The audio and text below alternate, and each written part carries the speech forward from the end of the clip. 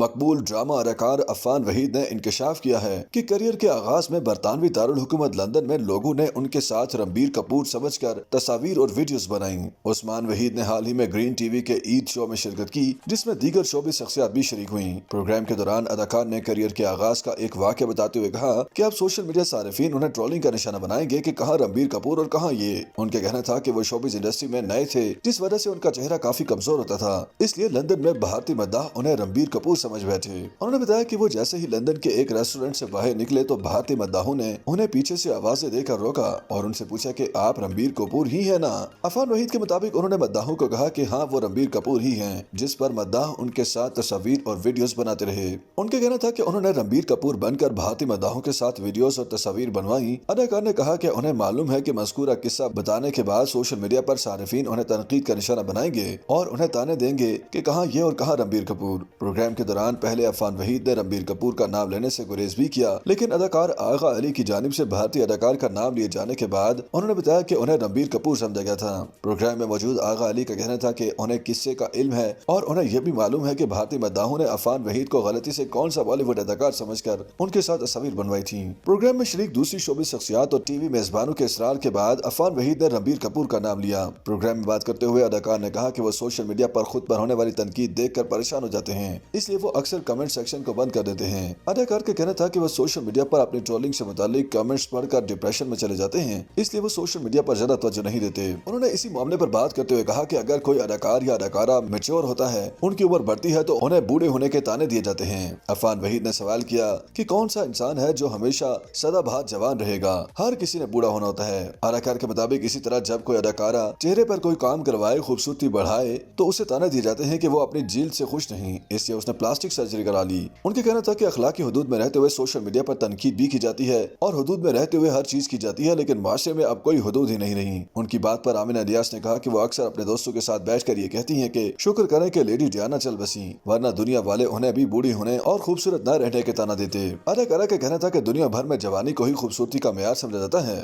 جو کہ غلط ہے۔ ہر انسان کی عمر بڑھنی ہوتی ہے۔